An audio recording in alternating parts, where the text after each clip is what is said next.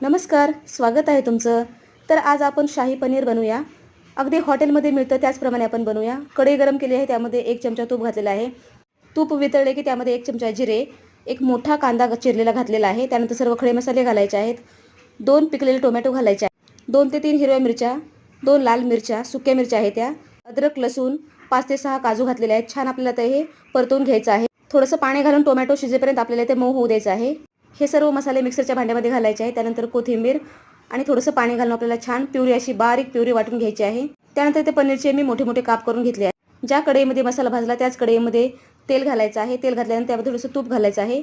तूप वितळलं की त्यामध्ये सर्व प्युरी घालायची आहे. छान असं मिक्स करून घ्यायचं आहे तेल सुटेपर्यंत. 1 चमचा लाल तिखट, अर्धा चमचा हळद, अर्धा चमचा धने जिरा पावडर घालून छान मिक्स करून घ्यायचं आहे. गरम पाणी घालायचं आहे. पाणी थोडंसंच घालायचं आहे, जास्त पातळ नसते भाजी. तेल सुटेपर्यंत मसाले भाजून घ्यायचे आहेत. त्यानंतर याच्यामध्ये आपल्याला पनीरचे तुकडे घालायचे आहेत. पनीरचे तुकडे घातल्यानंतर आपल्याला छान असं 2 मिनिटं शिजवून घ्यायचं आहे. गॅस बंद करून